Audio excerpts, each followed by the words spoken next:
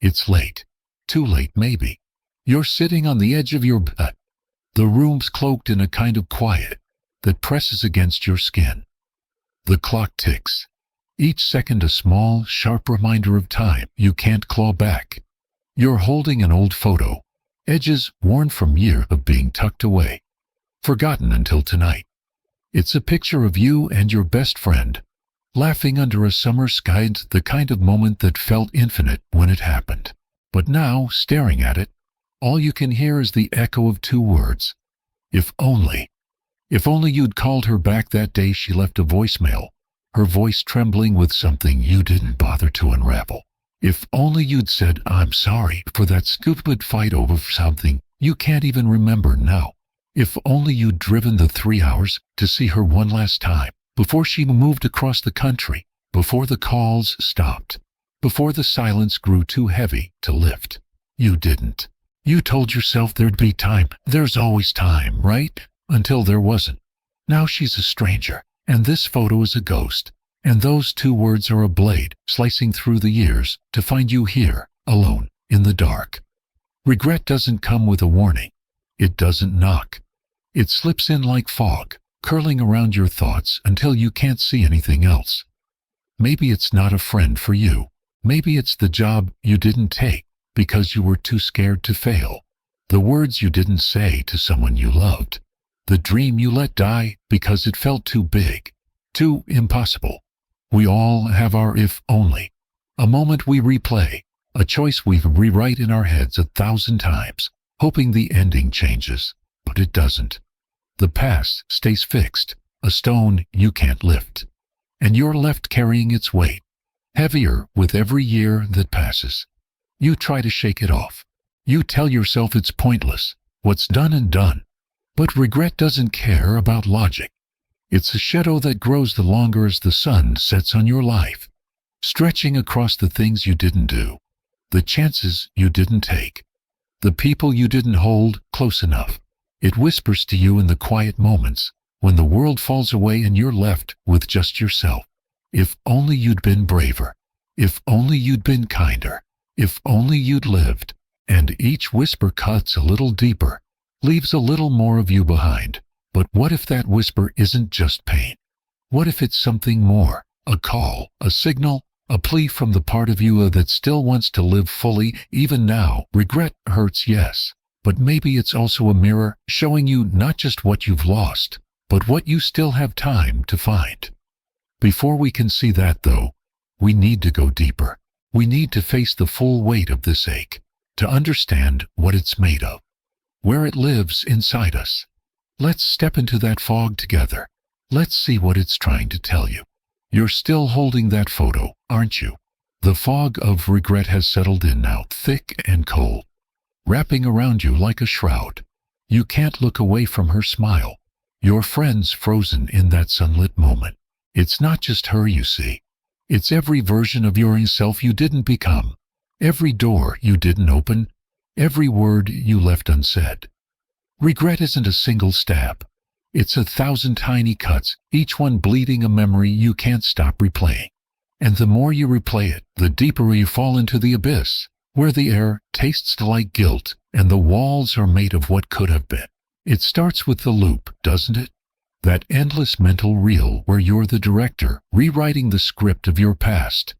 You imagine picking up the phone that day, hearing her voice, saying the right thing. You picture yourself showing up at her door, arms open, the fight forgotten. You see it so clearly. The hug, the laughter, the way things could have been if you'd just done it differently. But the reel always ends the same way, with reality crashing in, the screen going black, and you're back in your room, staring at a photo that doesn't change. The loop doesn't fix anything. It just tightens the knot in your chest, makes your breath shallow, makes your hands tremble. Psychologists must call this rumination, but that word feels too clean for what you're feeling. It's more like drowning in a sea of broken clocks, each one stuck on the moment you can't undo. There's guilt, yes. Guilt that you didn't try harder, that you let fear or pride or laziness at a patrol, but there's something worse underneath, shame. Shame that you failed not just her, but yourself, that you betrayed the person you thought you were, the person you wanted to be. Every if only is a brick in the wall between you and that person, and the wall keeps growing, taller, heavier, until you're not sure there's a way over it anymore. And then there's the fear, the kind that creeps in when you least expect it. What if this is it? What if these regrets are all you'll have to show for your life?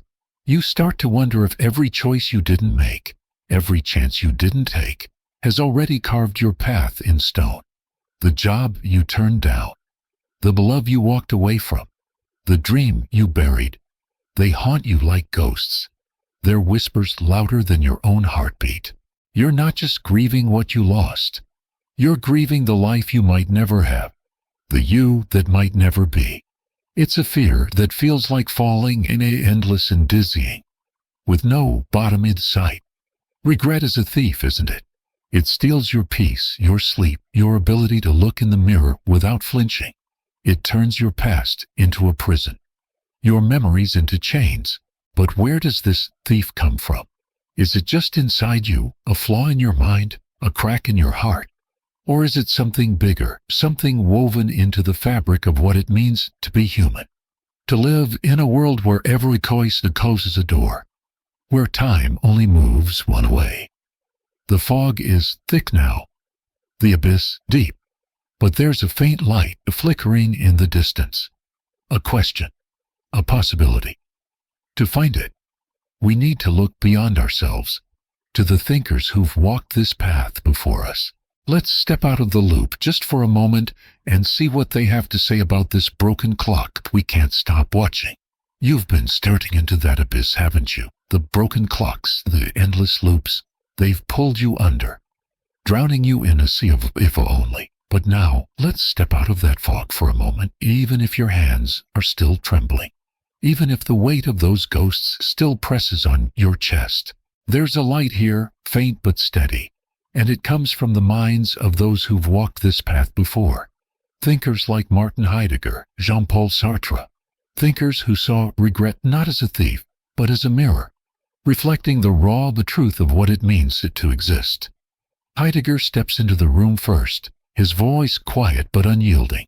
He's holding a concept that feels like a cold wind against your skin. Being towards death. You flinch at the words. They sound too final, too heavy. But stay with him. He's not talking about death as an end. Not yet. He's talking about time. About the way it moves forward, always forward, carrying you toward an ending you can't escape. That photo in your hand, the one of you and your friend, it's a snapshot of a moment you can't reclaim because time doesn't bend.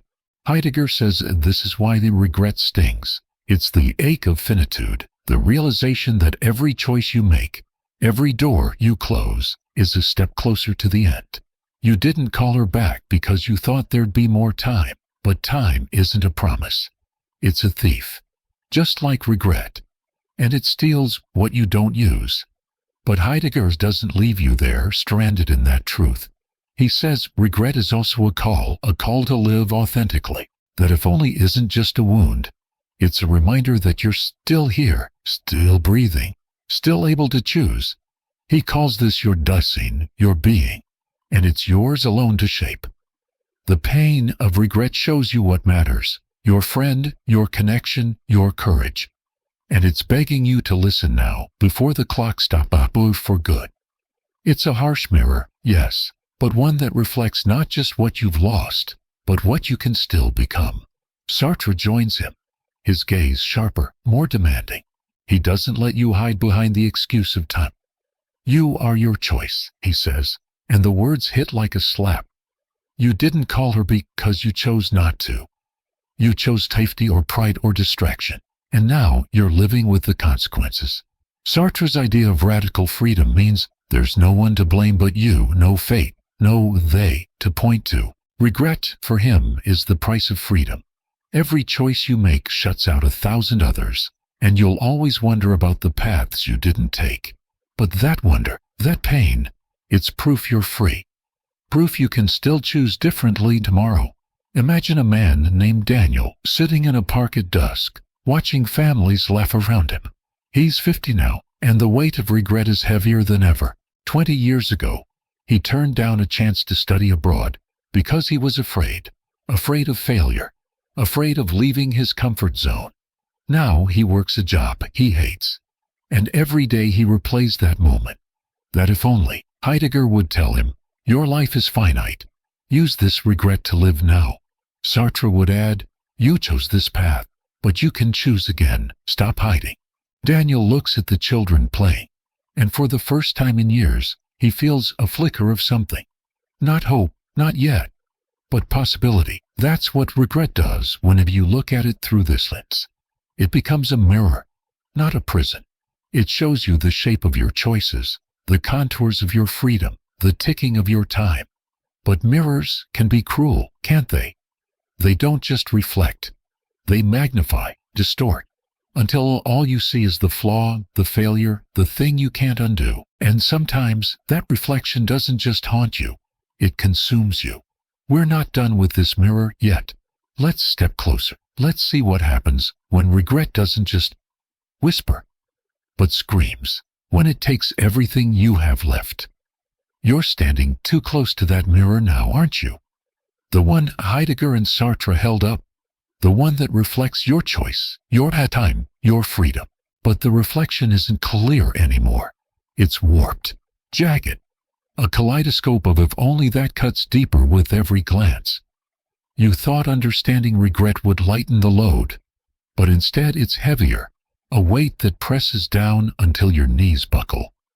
This isn't just a whisper in the dark anymore. This is regret screaming, clawing, consuming every piece of you until there's nothing left but the ache. Picture yourself in a frozen landscape, the ground beneath you cracked and white, the air so cold it burns. You're alone, or so you think. But the shadows move, each one a memory, a choice you can't undo. There's the friend you lost, her laughter echoing like a shard of glass in your lungs. There's the job you didn't take, its ghost, a door that slams shut over and over. There's the dream you let die, its silhouette a child's drawing torn to piece, scattered in the wind. They circle you, these shadows, their voices a chorus of if only, if only, if only, until you're not just surrounded, you're drowning, sinking into a sea of ice, where every wave is a moment you can't change.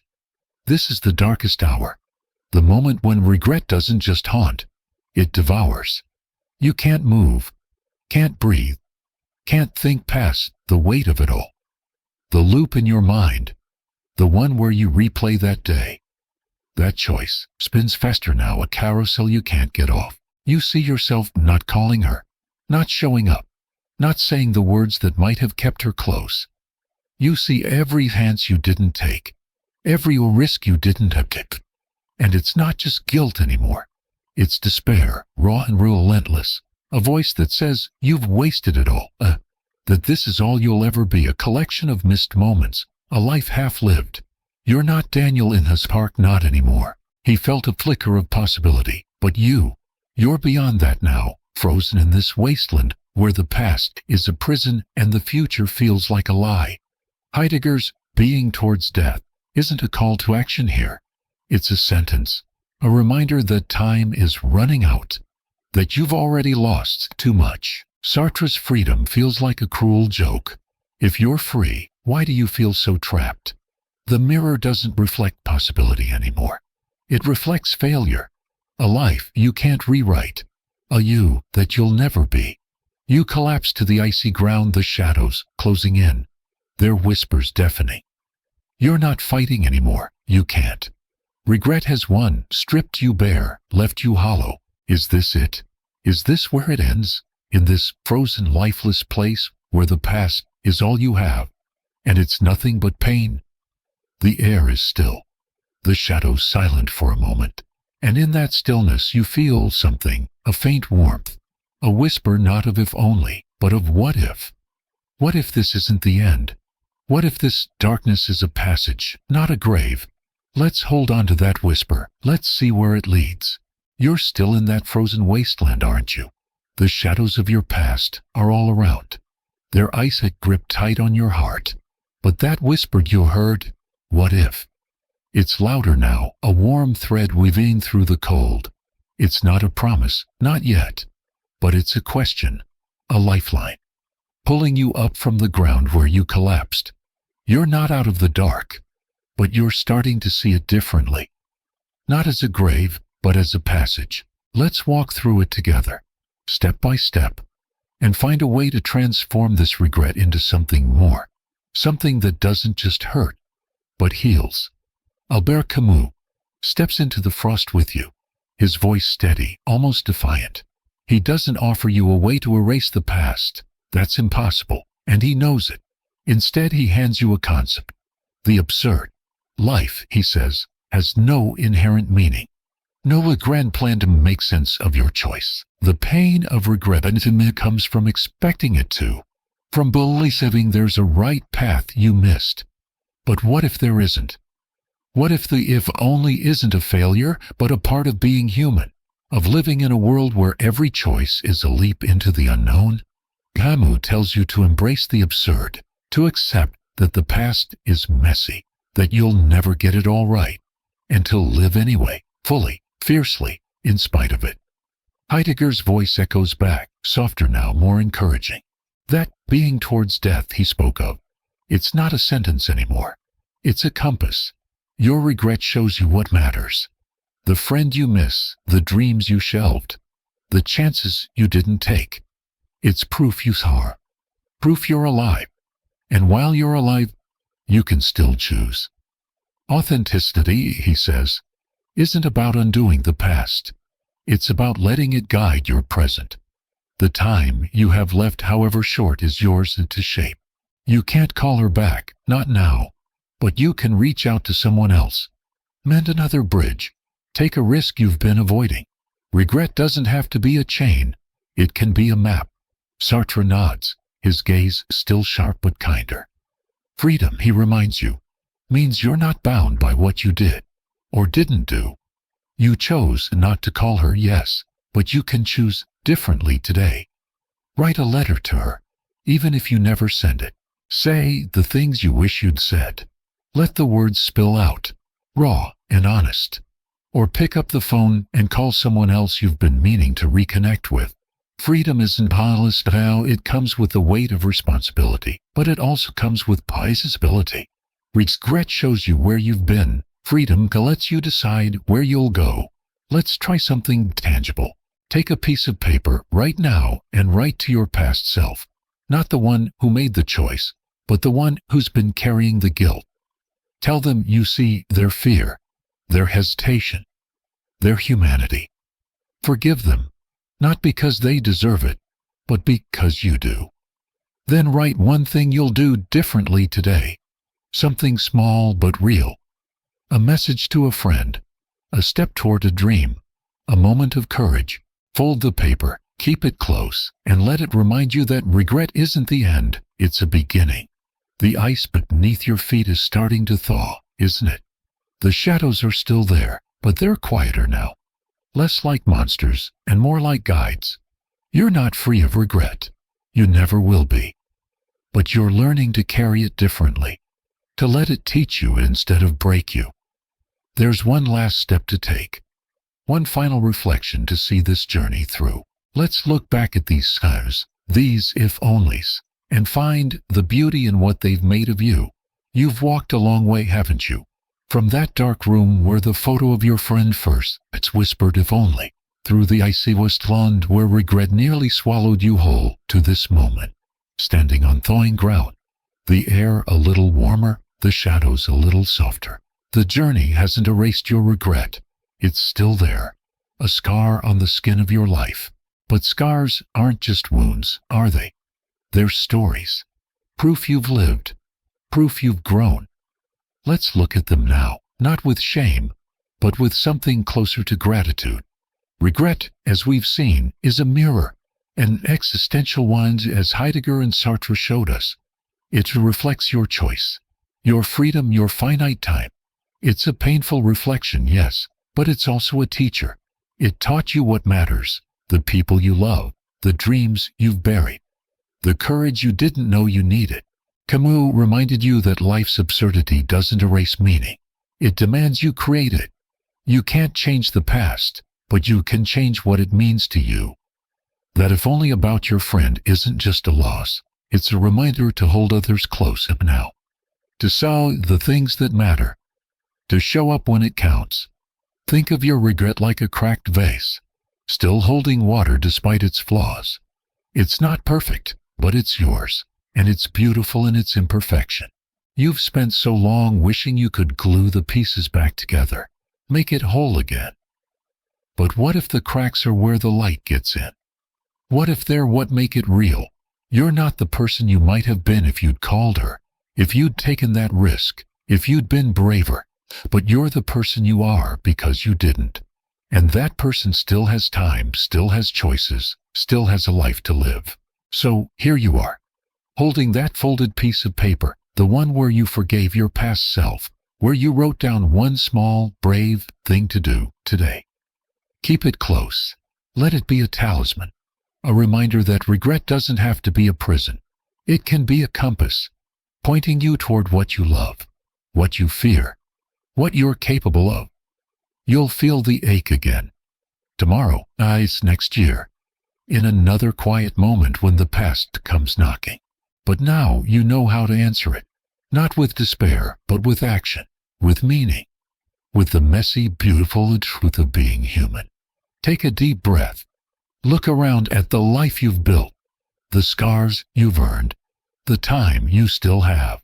Regret has been your teacher, your mirror, your guide. What will you do with its lessons now? What will you make of this one wild, imperfect life with all its if-onlys whispering at the edge? The answer isn't mine to give. It's yours to live.